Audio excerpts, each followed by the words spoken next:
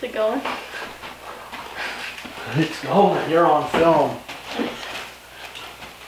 Okay, we air layered this fig tree. We did 3 branches and we just took one out to the truck. And we're gonna go back here and we're gonna cut off the other 2. They've been air layered for months now, all summer. And I think we did it in June, maybe the last week of June. So let's say July, August, September, October. And it's November now. But it's the 1st of November. So it's been 4, maybe getting close to 5 months, depending on when we actually did this. So the roots are growing in there, and we're just gonna take this over here and you can watch me cut it off. It wasn't photogenic at all. Oh, you did. Couldn't even form a sentence. Okay, here we go.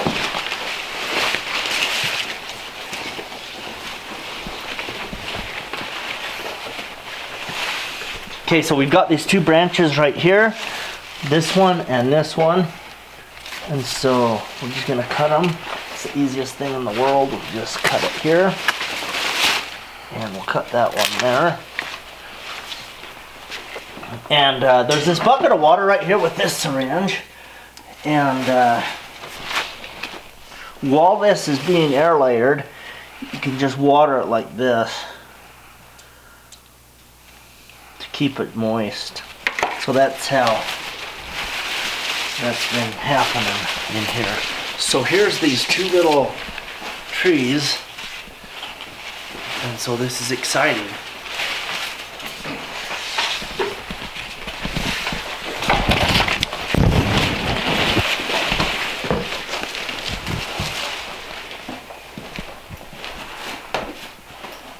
Okay, this will be great, so we'll go put these in the pots. Yeah.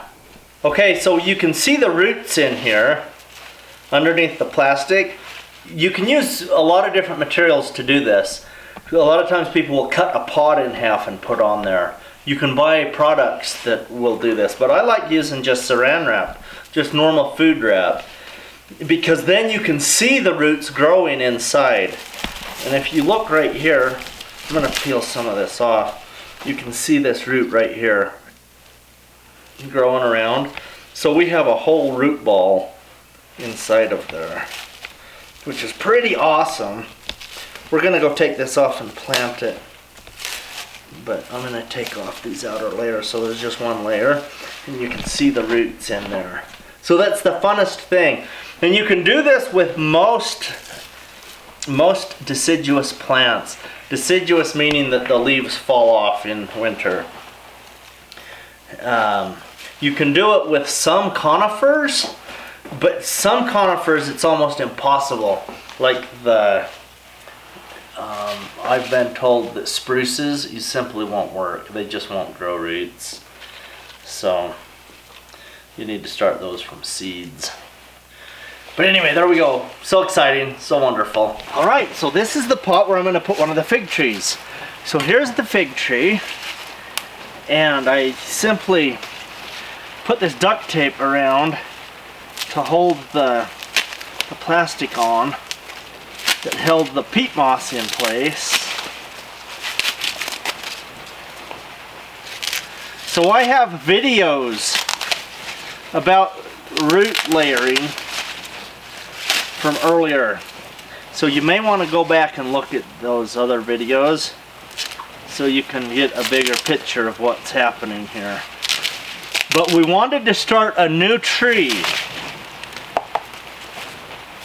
So we removed some of the bark on this stem, and I put the plastic on it,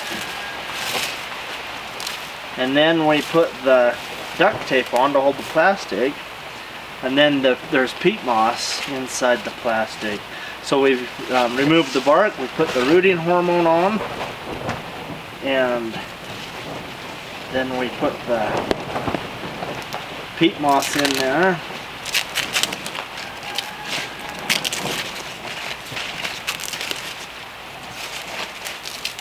So here we go.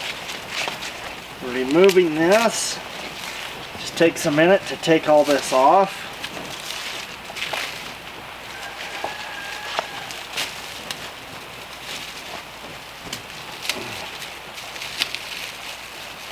And we don't want to break that root ball up, so we want to be careful with it as we're doing this process so that we don't hurt the roots we've been growing in there. So this looks like I'm getting impatient. So I'm going to get my knife out and I'm going to cut some of this off. And if it cuts through and cuts part of a little root, it's going to be fine. Which it did cut some right there, but that's fine. I just want to cut through here. At this point, I want to be real careful not to break that root ball up.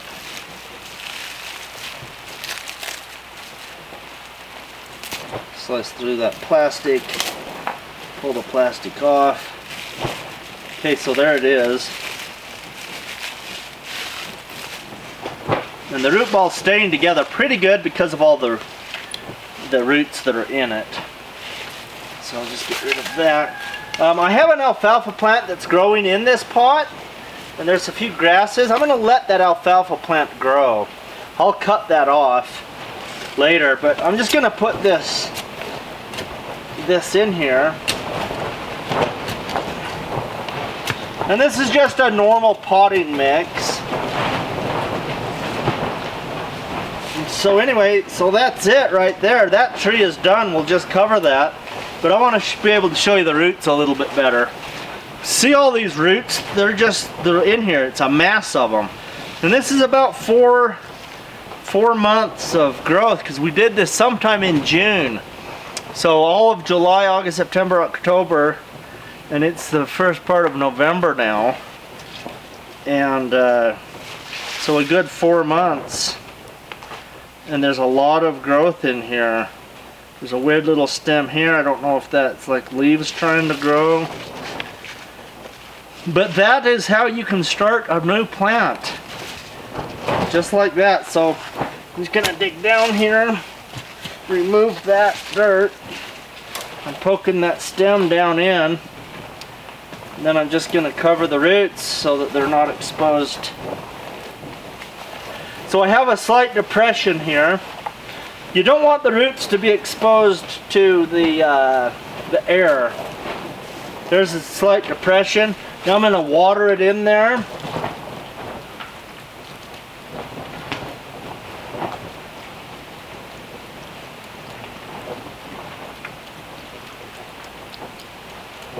So this is a lot of water.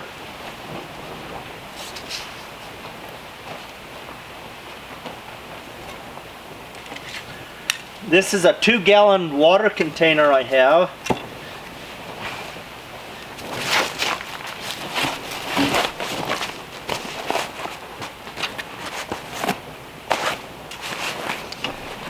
And I'm going to go ahead and give it the full 2 gallons so that we can get it soaked good. It's not penetrating very good because this soil's pretty dry in here. So over the next week I'll need to watch this every couple of days, make sure that this gets saturated real well. But that's the top of the alfalfa there. We can just leave that organic matter here in the soil. It's totally fine. So why would I leave this alfalfa plant growing in a pot where I'm trying to grow another plant? Because diversity is important. We want diversity. Diversity matters. And before I brought this plant in here, I looked at the leaves real close to make sure it didn't have any kind of a disease.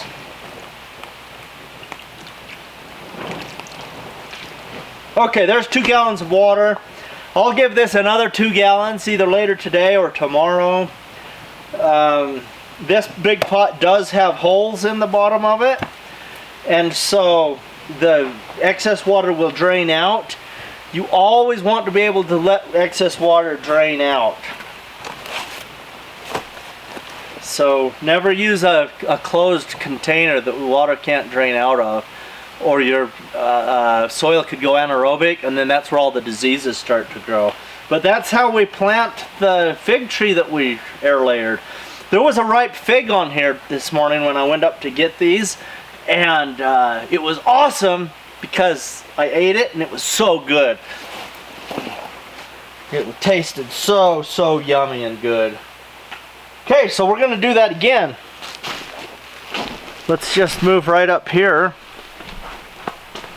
to this one. Set this tripod up here, and I'll show you the process one more time. It's the easiest thing in the world. I'll move this big giant one out of the way. So we have 3 of these. One of them was huge. It was a big branch that needed to be pruned off anyway because it was growing up through part of the greenhouse where they didn't want it anymore. This soil is just a random potting soil mix. It's just potting soil and compost and stuff that I've had around for a long time. I've been gardening in these pots for years now. Every time I move, I take these pots with me.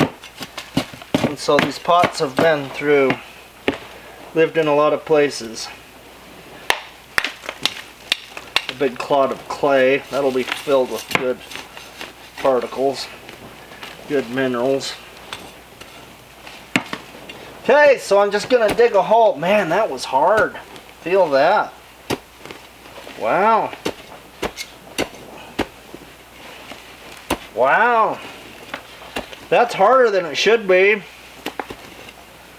Why is that so hard? Because I haven't watered these pots all summer. That's why they're hard. But as soon as I water it,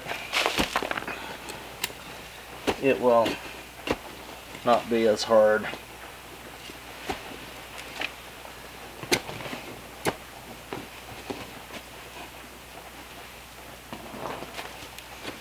Okay, that's probably about right. And if you want to know how big your hole is before you get your root ball in there, okay, that'll be a good depth. You can measure it like that and then you know. Okay, now we just want to take the plastic off.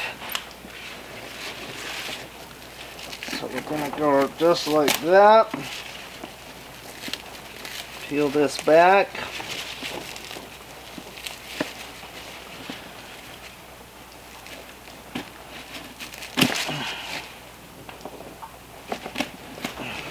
I love my hook-bladed knife. Christmas is in a few months. You ought to give the people you love a hook-bladed knife for Christmas.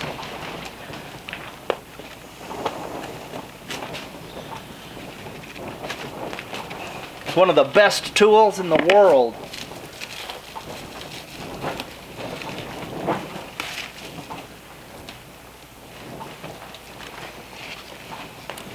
This one is an Uncle Henry.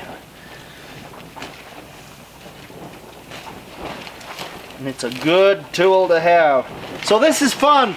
The roots are growing underneath even where I taped it. Right there. So that's pretty awesome. Pull this off. Solid mass of roots right there. Can't even see any soil. It's all roots right here. Turn it around, and there's a lot of that's peat moss there. Not too many roots in that. Roots here, roots everywhere. So that is really good. So I'm going to put that in there. I want it to be a little bit deeper than that. And the ground's too hard, it's not going in as deep. So I could cut this off with pruners. I could dig that deeper, which is what I'm going to do, because I don't have pruners right here.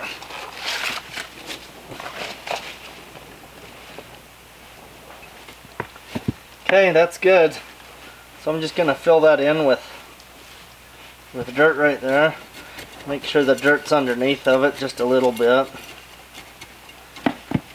and then we'll fill this up. See the root, this right here, there's roots that are exposed above the level. So I did it wrong. I just did it totally wrong. So I'm going to lift it out. We're going to dig that out. You don't want your roots to be exposed. I mean, if they are exposed, it's fine. You know why? Because they'll just dry up and it won't worry about it. But I want those roots to be underneath because then they can actually do their thing. They can do the rooting thing. Let's see if that's deeper now. Yeah, now it's at the level where I thought it was going to be in the first place. So now when I'm covering it, good. Now that root, the top of those roots are right there. So once the water settles, this will go down. I'll add a little bit more dirt like that. There. But for now, I'm going to move this back. I'll fill this in with water.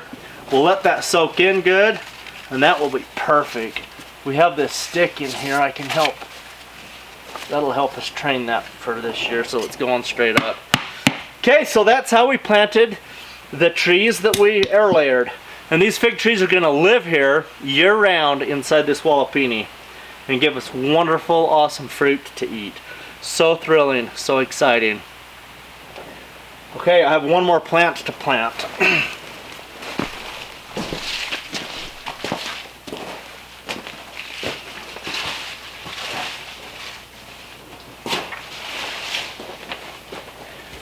Alright, so we're going to plant this last fig tree. See how giant this branch is?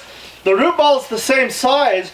We have this great big tree. So it may not have enough roots to support all of that. So I may need to trim off some of these branches, prune them back so that this can grow and become a living, healthy, happy tree instead of being so stressed that it dies. Because this little root ball may not support all of that. One interesting thing that I want to point out is right here, there's these little buds that are green. And so there's a bud over here. So those are new buds. So if I cut this and try to tree off way down here, then this big thick stalk would put out a whole bunch of small branches. If you wanted to make something like a bonsai fig tree, this would be a great way to do it. Start with a big thick, that's like probably 1.25 inches big around, maybe getting close to 1.5 inches on that trunk. And so if we cut this off, then that root ball would definitely support all the shoots that are going to grow out of here, where they may not support all of this. So this will need some pruning. But first of all, we're just going to get it planted. And then we'll think about pruning later. So I have dandelions growing in this soil, which is awesome. I love dandelions. Dandelions are one of a miracle plant. People don't like them in the cities, living in the lawns, and because they think they're ugly. But ecologically speaking, the dandelion is a very, very useful and important plant. It blooms early in the year, giving pollinators an early food source, and I really like that.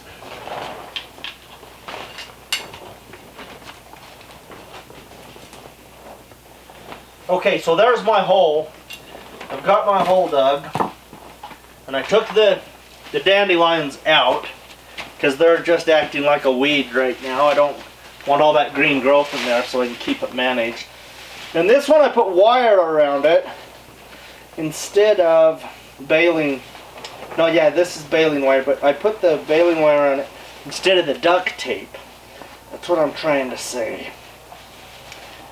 And when we went in there, the whole big fig tree was covered with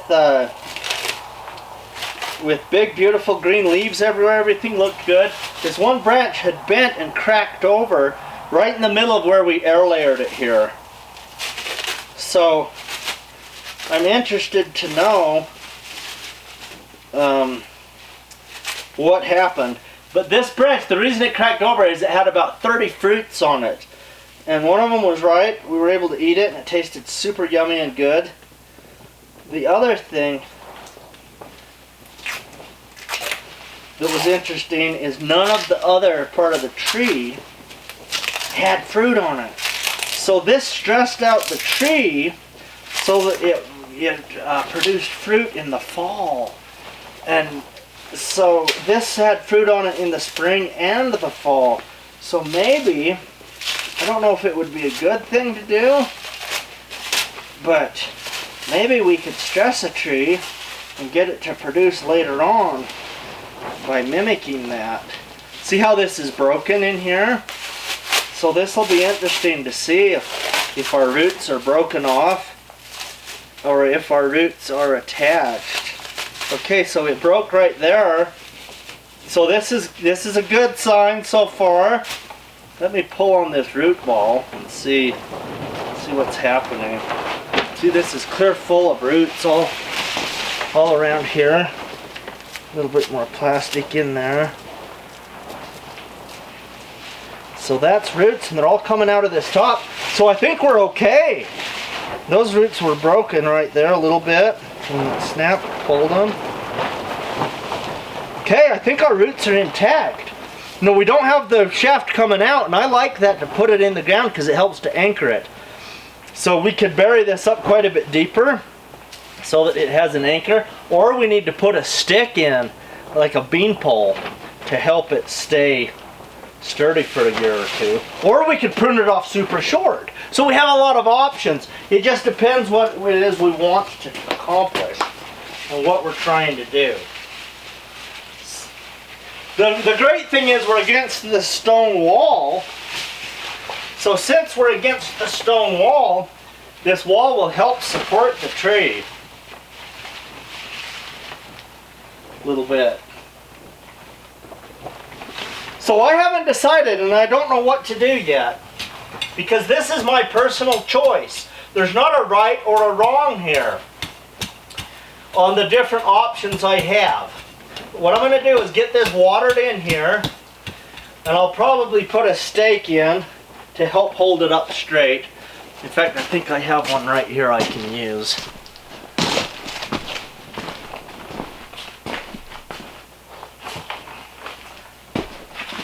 Okay, here's a willow bean pole that's not being used. Now if you shove this in there, we could break that root ball. So we want to bring it away from where the root ball was. So I'm about 6 inches away from the edge of that root ball. And I'm going to go all the way down to the bottom of the pot. And then we will tie that in place right there. This is a piece of an alfalfa plant. I'm just going to grab it, put it on here.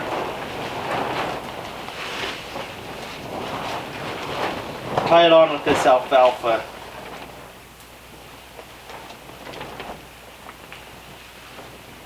Okay, there we go. And if that one breaks, let's do another one.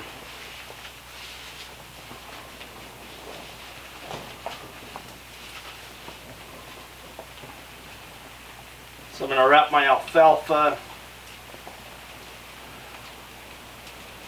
string around there. But they won't last very long. I have this tomato trellis here. This is a real string. This is a biodegradable sisal string that they used to wrap hay bales with. So maybe I better put that on in case the alfalfa dries up in a few days and goes brittle, and then my tree will break over and the new roots that are coming out will break off. So it's better to use a real string than just an alfalfa stick, but I wasn't thinking about that very good. Now there's some potatoes in here, and they'll probably start growing. Not worried about it. I'll let them grow if they want to. Anyway, here it is. So my options right now is to cut it off really short and grow a small tree that I keep pruned, or I could keep it a big tree. But I don't think it's going to work very good being a big tree. I do need to prune it some. but I don't know how much. So do I want a long tree and prune off all the side shoots, or do I want a shorter tree that bushes out? So these are decisions I need to think about. I need to be a little bit artistic. I need to think it through to see what kind of a tree I want to create here. So this is going to be a fun winter this year, getting everything set up in this greenhouse to be just right.